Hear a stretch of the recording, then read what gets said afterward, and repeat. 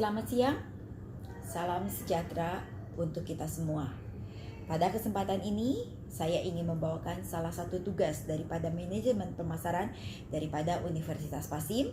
Nama saya Lina Herlianti, NIM 010120131005. Pada kesempatan ini, saya melakukan satu wawancara dengan pelaku usaha UMKM yang bergerak di bidang penjualan perabotan rumah tangga yang dijual melalui media sosial.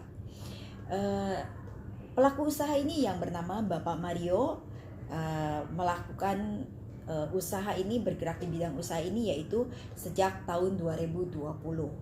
Dan usaha yang dilakukan Bapak Mario ini lebih banyak adalah penjualan yang dilakukan lewat marketplace, yaitu lewat Shopee, Tokopedia, Lazada, dan juga TikTok. Demikianlah wawancara yang saya lakukan terhadap Bapak Mario.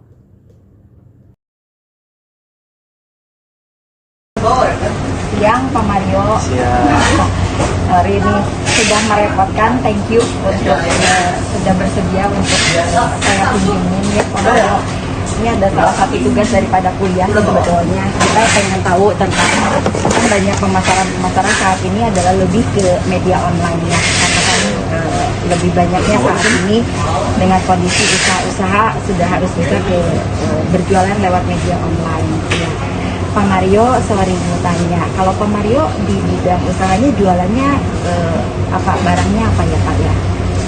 Barang yang bisa dilihat, kalau orang biasa umumnya sebut peralatan rumah tangga kayak ember, gayung, gelas, botol, kontainer, tempat penyimpanan, Ya, kebanyakan seperti itu. Ada mereknya nggak sih kok kalau penjualan yang lewat online saat ini? Kebetulan kita ngambilnya dari pabrik, jadi semuanya ada mereknya. Oh, bukan, media online-nya nama toko ya kan, kalau biasa mah kalau perumahan kan nama toko lah ya. Tapi kalau di media online-nya nama tokonya apa gitu? Kita kebetulan jualannya di marketplace, nggak di Instagram, nggak di Facebook, nggak belum. Ya masih di marketplace kayak boleh saya sebut di Shopee, di Lazada gitu. Ya, Saat ini hanya dua, Shopee, Lazada. Di TikTok sudah mulai. Oh, TikTok juga? TikTok ada. Tapi nggak ada kalau kayak di Shopee gitu kan, itu ada namanya nggak? Nama tokonya ada. MJ_Steel. MD MJ. Oh, MJ underscore steel. Ya. Oh, oke. Pak Mario, sorry tanya-tanya. Di jalan kenapa sih gitu kan Pak Mario di awalnya itu bagaimana untuk cara memulai bisnis ini secara online gitu di awalnya? Ya betul. Kalau disebutin awal, pertama yang dilakukan mungkin buka dulu tokonya. Kebanyakan orang mikir buka jangan ya, nggak apa-apa, buka aja dulu, udah gratis. Iya. Iya. Kalau udah dibuka otomatis mau nggak mau kita foto barang masukin. Jadi kalau untuk saya pribadi, apa yang harus dilakukan pertama, buka dulu tokonya. Ada satu niat dulu, buka aja dulu. Karena tidak butuh apapun juga ya kalau ya. Ya. Nothing tulus gitu. Ya. Jadi pertama kalinya yang penting ya punya satu niat lah, intinya kita pengen berjualan, punya usaha. Karena saat ini lewat online ya Pak Mario lebih ya udah buka aja deh dulu, lewat marketplace aja gitu kan ya. Soal foto barangnya gimana ya? Atau jualnya berapa ya? Belakangan sih kalau untuk saya. Ya. Pertama buka dulu. Terus gimana caranya agar kan media online itu kepercayaan juga ya sebetulnya ya. Nah, bagaimana apa yang dilakukan oleh Pak Mario untuk para pembeli itu percaya dengan online shopnya gitu? Ya. Kalau saya ceritain ada 100 alasan, banyak banget gitu. Yang tapi utama lagi. Yang paling penting, Pentingnya terlihat terjualnya berapa? terjualnya. Banyak apa enggak? Toko dipercaya orang kenapa? Karena penjualannya banyak. Kalau tokonya sepi, orang otomatis Betul. ada ragu ya Bu ya, mundur lagi. Ini mah tokonya sepi, barangnya bener nggak ya? Betul. Satu. Kedua dari bintang, cukup penting penilaian orang, barangnya pecah atau enggak kalau pecah, barangnya pecah kita tanggung jawabnya bagaimana. Intinya mah melayani konsumen semaksimal mungkin, semaksimal. Karena biasanya lewat walaupun melewat marketplace, tapi kalau untuk bertanya tentang barang atau apa ada chat-chatnya juga sih ya gitu kan. Pertanyaannya seperti itu. 3 hanya untuk melayani chat itu 3 admin yang disediakan. ya, karena kita kan ada 3 di TikTok, di Lazada, di Shopee.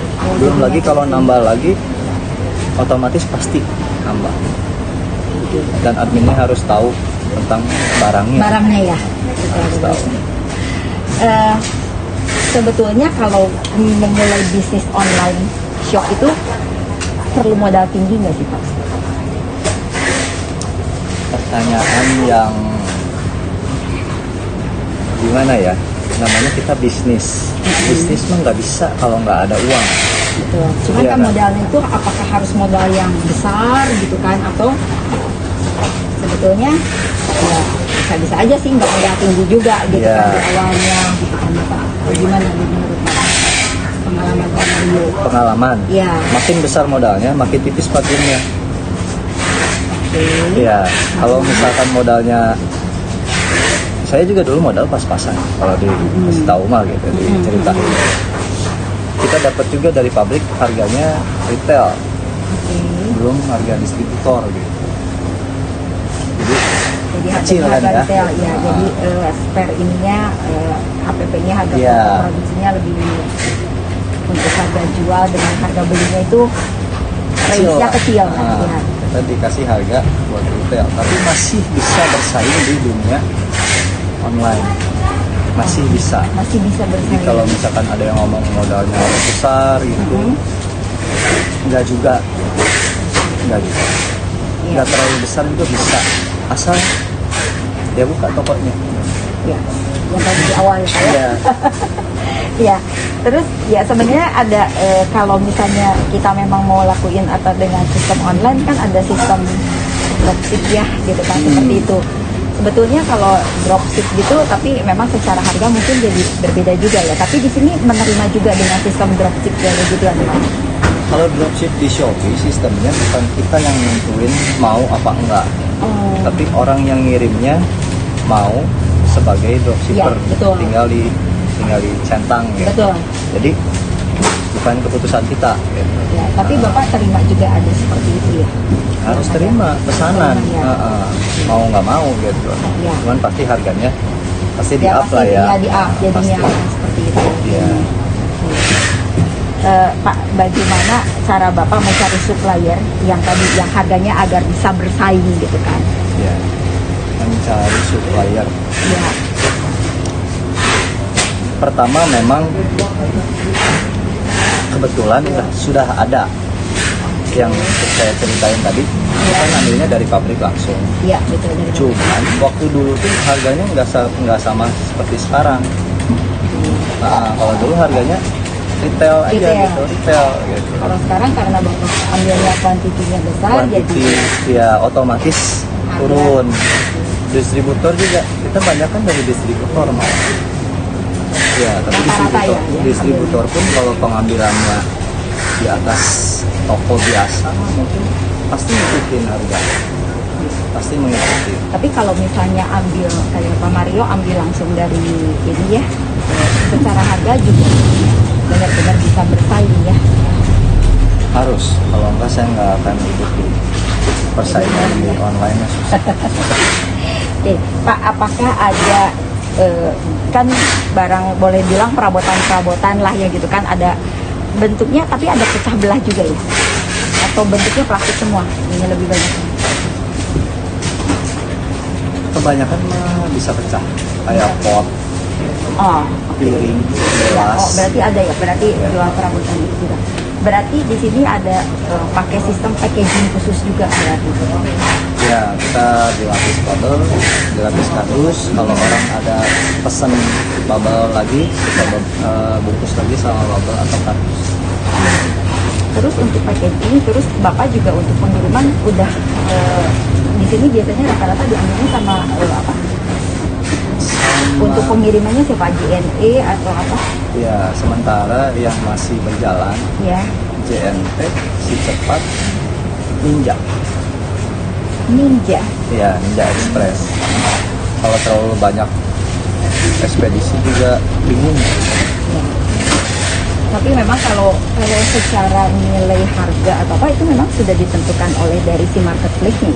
Harga apa? Harga untuk biaya pengiriman atau apa Oh, gitu. ongkirnya. Iya, Sudah ongkirnya. ditetapin sama Shopee. Sudah Shopee-nya. Sama Lazada-nya. Lazada gitu. Jadi karena udah kerjasama makanya harga udah ada ketentuannya lah gitu Ya, ya.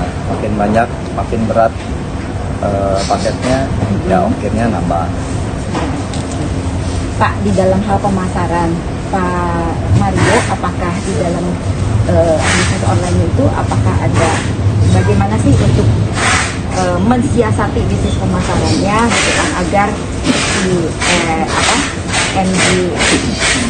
MJ Steel ini tuh benar-benar terus berkembang ya gitu kan, terus berkembang dan secara penjualan di marketplace itu dikenal oleh masyarakat seluruh Indonesia lah ya gitu kan.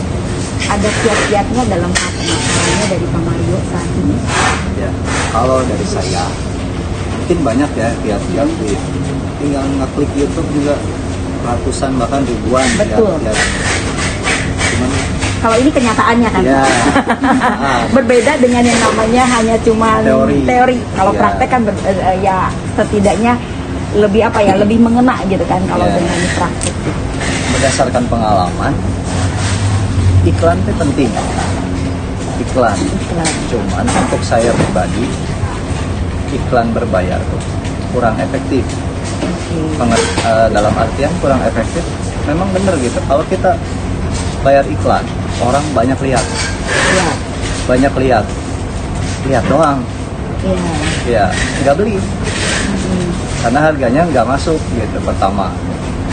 Nah, mensiasatinya salah satunya cara kita kalau ada flash sale itu barang yang 5.000 kita jual 2.000. Oh, ini lumayan juga ya. Ya kalau dari kacamata ibu aja udah ngomong, udah kaget dulu kan, Ya, 5.000 dari 5.000 jadi bisa 2.000. dijual 2.000 gitu. Itu barang seperti yang saya omong kali tadi sebelumnya, gimana supaya orang percaya, pembeliannya banyak. Ya, jangan lihat tingginya dulu deh. Ya, Nah, betul. tapi begitu penjualan kita di atas rata-rata atau sudah banyak, Betul. nanti ada di top search. Sebulan pasti rugi.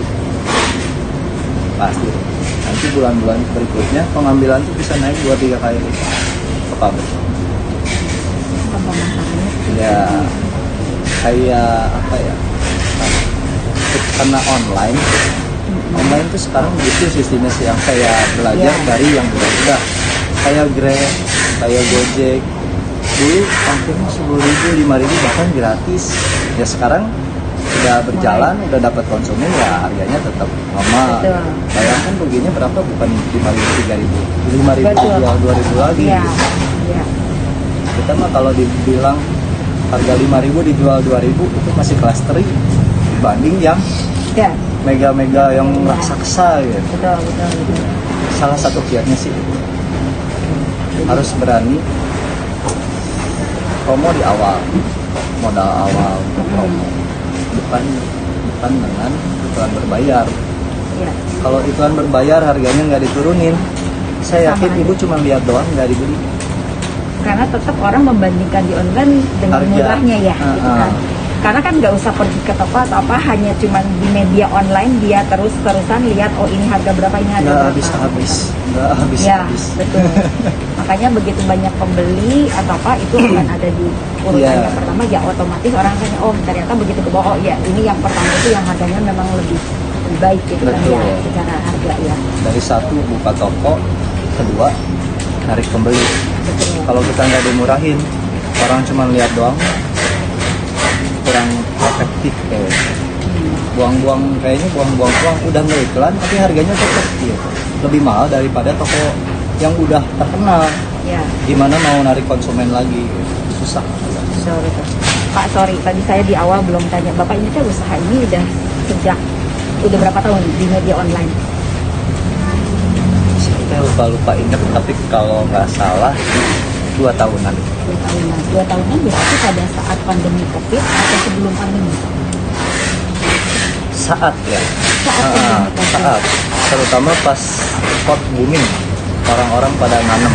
Ya, oke, betul. Karena semua pada diem di rumah. Iya. Ya, betul. Jualan pot naik banget. Naik banget. Jadi pada saat pandemi, ternyata media online, tapi berarti secara Bapak jualan omset atau apa walaupun dengan kondisi pandemi tapi masih stabil dong satu gitu ya dengan adanya media online. Ya, bukan stabil lagi, bahkan naik, meningkat. Kalau stabil mah kita baru Ya, buka ya. gitu, ya, betul. Bahkan sampai sekarang masih meningkat. Terus meningkat terus. Ada di dalam hal melakukan dengan media online ini, apakah ada ya dalam tanda kutip kesukaran apa yang sering ditemukan? Ya, kesukarannya sebenarnya dari kita sendiri ya. Stok gudang terutama. Saya udah pelajari gitu bahwa tempat segitu masih kurang gede kalau untuk online. Masih kurang gede. Stok tuh harus benar-benar jangan sampai konsumen pesen barangnya udah habis, nggak terkontrol gitu. Ya. Memang program itu penting. Karena secara pembeli setelah media online jam 12 malam dia apa apapun dia tetap terus berjalan terus Ya. gitu kan ya. Nggak ada berhentinya. Gak ada berhentinya gitu kan ya. Oke. Kesukarannya pertama saya sih suka ketukar pada prosesnya. Yang Ya. kesukarannya terutama itu. Kalau yang lainnya emang udah diurus by sistem Ya. Shopee-nya gitu, JNT-nya gitu. Jadi lebih ke lingkup kitanya kesukaran. Kalau dalam hal stok biasanya penyediaan stoknya Pak Mario berapa dalam kuantitinya, apakah ada dalam kuantiti atau apa, ada punya standar atau apa gitu Pak? Tergantung dari barang laku enggak ya. Ya, moving adanya. Kalau barangnya kencang satu hari bisa 2-3 dus. Itu juga kita masih kurang sampai saat ini gitu. Jadi stoknya kurang lebih bisa berapa bulan tuh Pak kalau yang fast moving kayak gitu? Seminggu sekali. Seminggu sekali. Karena memang pengiriman seminggu sekali terus gitu ya barangnya. Kalau pengiriman dari pabrik sih kita DO misalkan Ya. datang 2-3 hari. Oh, udah 2-3 hari DO udah langsung dikirim Ya, gitu. Jadi nggak terlalu lama juga ya. Nah, Jadi ya. Karena kalau enggak gudangnya harus lebih besar lagi Harus. dari ini ya. kebetulan kan kalau masih dalam Jawa Ya, cepet ya pengiriman ya. Pengiriman saat ini kan memang distribusi udah lebih ini ya. udah lebih cepat. Lebih cepat. Pak Mario, thank you kesempatan yang sudah diberikan ini. Sama. Tambah sukses, tambah maju, dan nanti gudangnya tambah besar. Kalau Amin. misalnya ada butuh apa-apa, tinggal bicara gitu ya. Oke, thank you ya Pak Mario. Demikianlah wawancara yang saya lakukan kepada Bapak Mario. Semoga bermanfaat bagi teman-teman yang ingin memulai usaha lewat media sosial. Terima kasih. Salam sejahtera untuk kita semua.